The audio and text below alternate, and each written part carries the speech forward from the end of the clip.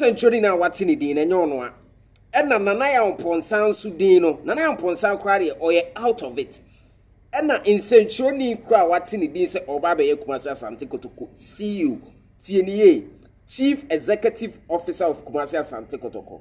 The purported names are echo around no enyo ono na be CEO no na maben kana min kire mu se wan hwa in century bi ewo Kumasi yede ne ba data ho bidin chechemu ni nyina ebrew ewo fie aha eye Super 24 TV entiase efie asem ni sia emu ntiase ene mu nchiremu no ene yede ba to the minutest level of obia ntiase no ena ye breaking your madam ewo fie a e free enra eba me amenwa don sama enra me man friendly fire kakra na uko media no so a amanfo atwist nsem no na omo eye different agenda say kra de man na mponsan emmeje Kotoko nye na Kotoko no obeje ye no ode ko nanim na nkofo bi abetwe Kotoko na ba akire enti enya afa ase awie no obeje menuanom sansem ni nyina enim.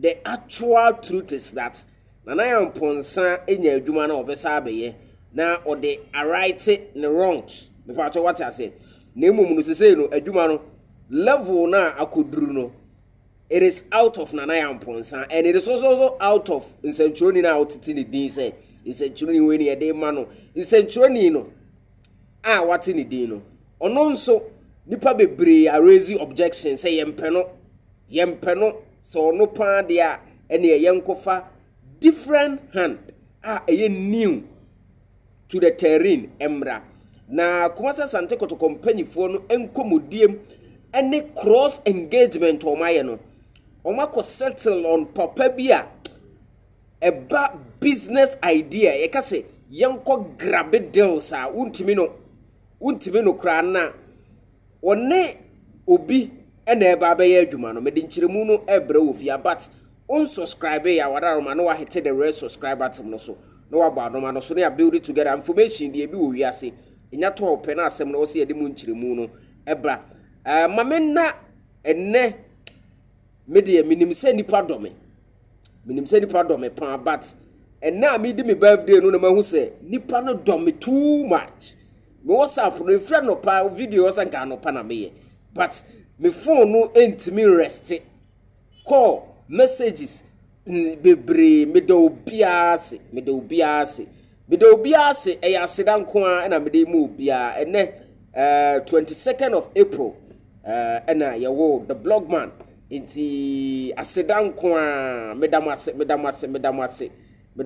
mo am send messages mo am ntimi send ye mo am pese mo send momo no nso momo no mra momo ni nsu eye number na 0247 107260 na to be honest momo no de ya me ye ne say samensa kan na menso me send ma adofo a ye nyina ye celebrating together nti upese wonne me birthday no send kakra bi ba send bra me number na 0247 107260 na yemfa emmoa giving back. That's how it's supposed to be. Any date na nko date bi na me peno kenye saade ankenenka ye be kwa bonten pa akoye true and true donation but me the mobile money na darment ye nya ba pe na me nso ba bia wo se me send ko bia no me send ko me me hye nipa be 20 bo se me mo breakfast ni nyina no ye guso ayeye enti sa wo pese wo support ya na nso waboa na ye di birthday ni kama utuvo nyankopon ensho bia medo bia se message no Kotoko reaction platform no so message ni hwiegu hosa nyamisha ubi bia medamase Kotoko reaction no on join ya 0247 107260 0247 107260 that's the Kotoko international reaction. Now without much I do, I'm go into Asante Kotoko story. The exclusive from Super 24 TV here is that the Asante Kotoko CEO position, Nana Mponsa is out of the race, and the sports journalists are watching it in our media, and also especially Facebook. So ɛna nsɛntwerɛni bi ne yɛde bɛma no nsɛntwerɛni bi ne yɛde bɛma no no kra ne sɛ that particular nsɛntwerɛni no Asante Kotoko supporters ni bi ɛmfoa so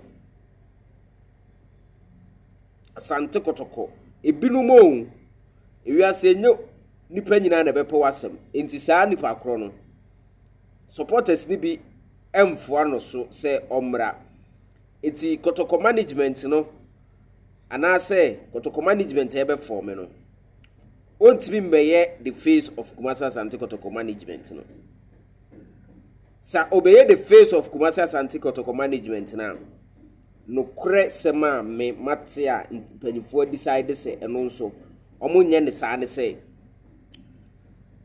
sa omo appoint saa nsentro na eno nso de nchichemu beba no kre no information a mensa campaign-fo no nso adwen ho ahu se te se de na amponsa de na aye no se ono no waba club num e na okoye e na nkofo bi ya pen asem be bo against nti so oba biom a nkofo no mo pen asem no nso be kwa akobo against nti sa na te de na ya nkotena ne baby. The same thing applies with insenchuroni na watiti ni din no ono nso the narrative is that in past times wakeka nsembi Kotoko supporters no it didn't go down well with them and they don't want him as the CEO of the club and na Kotoko reaction is on tokwasa minua ba ko say ono de saa nipa ne ba ombesha ase abo against etia Kotoko fabulous census ni adi nyina omo be jai register na chese saa nipa no nso question mark akra wono ho inti the board no mpese omekwa akofa na se omeye the face of the management na ede nchichemu no aba ze de die nyina epese avoid ne ye nchichemu a ye mpese new board no ede ebe shaase me catch the new board which is headed by James Osei Brown, Bishop Kwasi Ofori, Rockshaw and eye opinion friend Kofi Aban, Ring Gold and a Ring World Oil. Onse omunyina business nko na omo ba be investment in the management and a management no enso be kwa akopɛ deals aba. The management is going to be a business oriented man. Yes, nipa na omo de ma no enye nsentwuro na enye na ya mponsa nti me kra na mete ye na mani je se wow ene ye sa na te de a nyina ya so mbadwoye because na ya mponsa abuei nsentwuro so ayese ono no football administration waya wanya nemu nimude akọ Africa mama so ene ade nyina ono so a question mark wono ho se buei enti sa na te de a mom ye mfa nkoma the businessman no na businessman na ye de manu no tie nchirechiremu ni ye businessman na ye de manu no obenya ne special assistant ne special assistant ne be football oriented person otufo nyankopon ameyente ase ti ha ne ye businessman kra de manu no ono ne de ni business or broker deals Nemomu no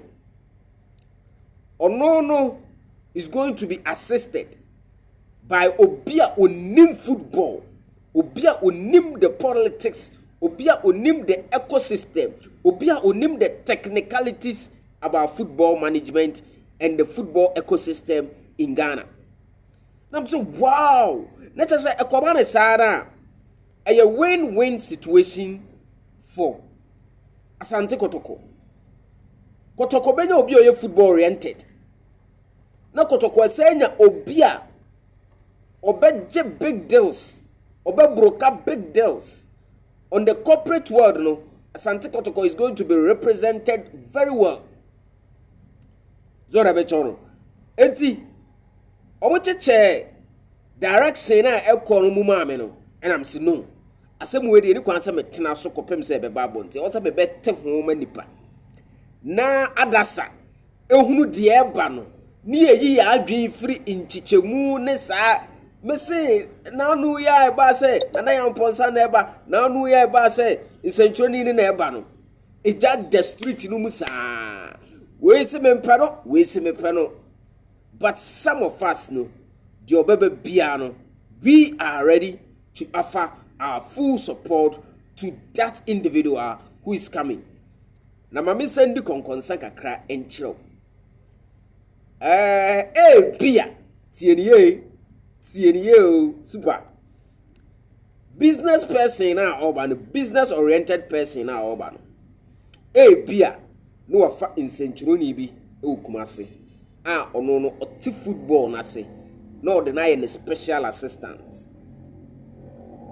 Enti san insentro ni na make no ho asem sisi ano. He's not ruled out of that slot as well. Do you understand? I ain't see if you. It's a journey now. About Bontese on an aya compete for. Kumasa Asante Kotoko see you no. Sa special assistant job na. Ye mana be tare home for business person na obano. Onye ruled out. Sa nkomodie ye successful a. Ye betima for no. Na ono no abeso ase but onye the face of the management. Me pa cho what I say. Nti ekoba sa na menase pobie wo bia no. Obi ade beto ba bi yenim say business person no e na run things. But he is guided by those who are inclined with how football is run in Ghana. So the becho no nka nyoma bi to say. Now him say Jeff for no ade na omo ye no omo careful. And now no pay. Obi frame me no obi sam say nti super. Jeff for no ya find ne Kotoko 20,000 emot frimpon ya find ne Camara hwan 10,000 5 games ya find way say sika na omo je na omo de ye den. And am say bo me nana and ya me ba Super 24 TV no so amebusa etiefo ne ahwefo. Na ebia etiefo ne ahwefo nim ba bia sika ne kwa o ma be kire. Na me emol from point say sika no well ebi o meka so we ntwia da achi bi ontimi nya post wo Ghana football. Oko dream service ni aduana. Kwasi ampanyi bi ko twe sika wa atapoku so and as to now ye in charge no. And I have charge Kotoko 20,000. I have charge one. Oh, my charge sounds you wouldn't for so dear deba. Sikan omo de yeden, omo be chire mu. Omo de yeden. E dia nko na sikan omo de Ghana Football Association Kotoko ne na pamfo. Ye kwa World Cup ne ba Kotoko ne na pamfo de. Omo mre aba wiye.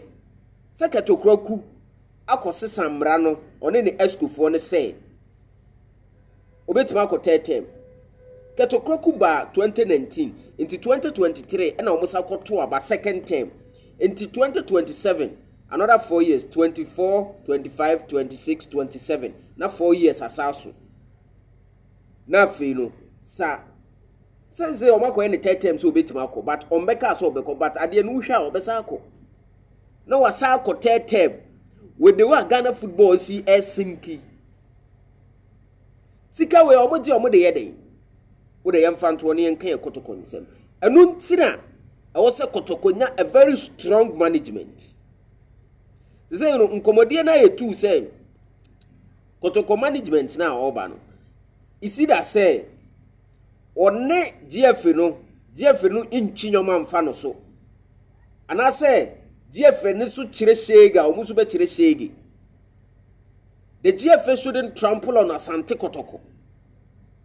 At least Kotoko have a big say in how things are done at the Ghana Football Association. We the mama update here for so kakra.